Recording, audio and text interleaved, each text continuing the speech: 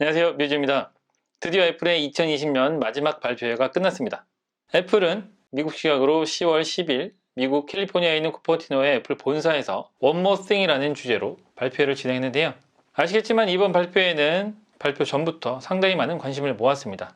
왜냐면 애플이 지난 WWDC에서 연말쯤에 자체 개발한 칩셋이 탑재된 신형 맥 시리즈를 공개할 것이라고 밝혔기 때문입니다. 실제로 애플은 M1이라고 하는 자체 개발 칩을 공개했고요. 더불어서 이 칩이 탑재된 맥북 에어, 맥북 프로, 맥 미니 이렇게 세 가지 맥 시리즈를 공개했습니다. 따라서 오늘은 발표의 내용을 간단하게 정리를 해드리도록 하겠습니다. 아시겠지만 애플은 그동안 모바일 디바이스인 아이폰, 아이패드, 애플 워치 등에는 자체 개발한 칩인 애플 실리콘을 탑재해왔습니다. 그런데 PC 쪽에서는 자체 개발한 칩이 없이 계속 인텔에서 칩을 공급받아 왔는데요. 그러다가 올여름 WWDC에서 새로운 CPU용 칩셋을 만들겠다 이렇게 선언했습니다.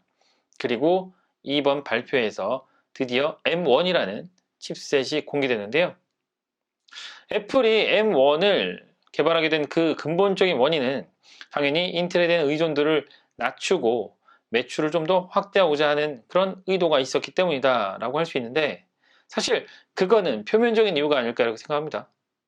그 내면에는 인텔에 대한 실망이 좀 크기 때문이 아닌가 이렇게 생각을 합니다.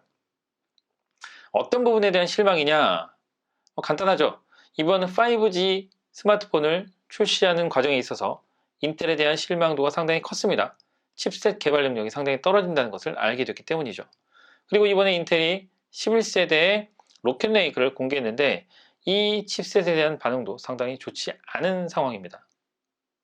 따라서 이 칩셋을 계속 탑재한 그런 애플의 맥 시리즈를 유지해 나간다면 성능적인 부분도 그다지 좋은 영향을 받지 못할 것이라는 판단이 섰고, 앞으로 더더욱 좋지 못한 영향을 끼칠 것이다 이렇게 판단한 게 아닌가 생각합니다. 한편으로는 그동안 모바일 디바이스에 국한되긴 했지만 칩을 계속 설계하고 개발하는 그런 과정을 거쳐왔죠. 따라서 이 과정을 거치면서 경험과 노하우가 그만큼 많이 쌓여 있었기 때문에 이제는 PC용 칩셋을 만들어도 된다 이러는 확신이 들었으리라 생각하기도 합니다. 물론 이러한 판단은 퀄컴이 최근에 PC용 CPU 시장에 다시 뛰어들었죠. 과거에 한번 진출했다가 실패를 경험하고 모바일 쪽에만 집중하다가 다시 PC 시장으로 넘어갔는데, 개인적으로는 퀄컴조차도 이제는 PC와 모바일의 경계가 모호해졌다라고 판단했기 때문이 아닌가 생각합니다. 이와 관련된 부분은 향후에 좀 더 자세히 설명드리고요. 어쨌든 그렇기 때문에 애플도 이제는 PC용 칩을 자체 개발해도 되겠구나라고 판단했고, 그 결과가 M1이라고 생각합니다. 중요한 건 M1의 성능이 상당히 좋다라는 자체 평가가 있어요. 그리고 이 칩셋을 탑재한다고 해서 애플의 PC 디바이스들이 가격이 올라가는 건 아니기 때문에 어느 정도의 성능을 보여줄지가 가장 궁금하지만, 가격이 동결된 상태에서 최소한 인텔의 칩셋이 탑재된 것보다 성능이 좋다 그러면 상당히 많은 유저들을 애플 생태계 안으로 끌어들일 수 있으리라 생각합니다. 그렇다면 M1 칩이 대체 무엇인지 궁금하시죠? M1은 애플이 자체 설계한 최신 5나노 공정의 칩입니다.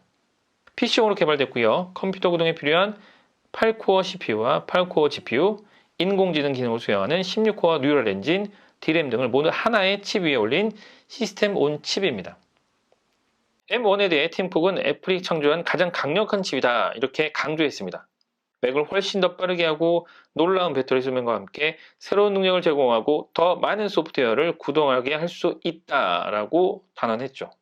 팀쿡은 M1이 바로 맥을 애플 실리콘으로 전하는 이유라고 했는데요. 이 표현을 봐도 그동안 인텔 CPU에 대해 적지 않은 불만을 갖고 있었던 게 아닌가 하는 생각을 하게 됩니다. M1은 CPU, GPU, 머신러닝 성능이 전작보다 3배 이상 빨라졌다고 합니다.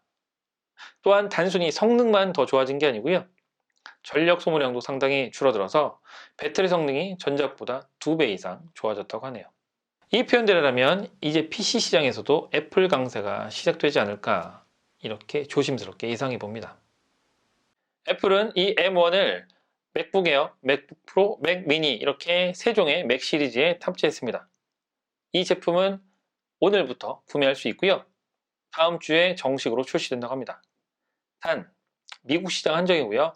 우리나라는 아직 출시 일정이 잡히지 않았습니다. 그렇다면 맥북 에어, 맥북 프로, 맥 미니 성능이 어느 정도 업그레이드 됐는지 궁금하시죠? 신형 맥북 에어는 전작보다 CPU는 최대 3.5배, GPU는 최대 5배 빠르다고 합니다. 또한 최대 9배 빠른 머신러닝 연산을 제공한다고 하는데요. 펜을 없애서 소음도 아예 없앴다는 게 특징입니다.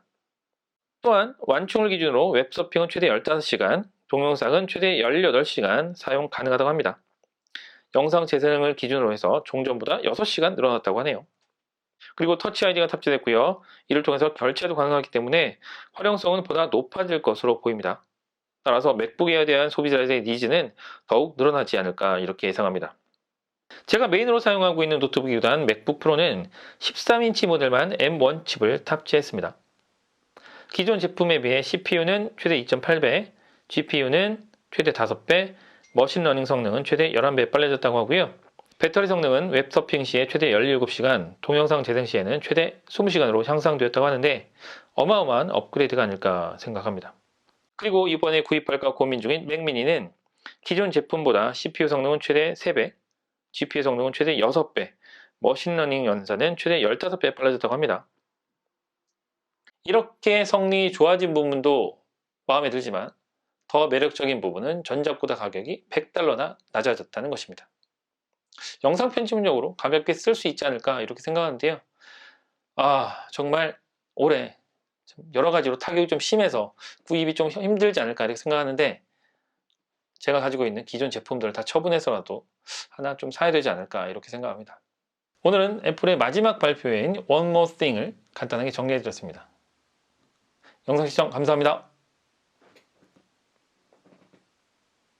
영상 시청 감사합니다.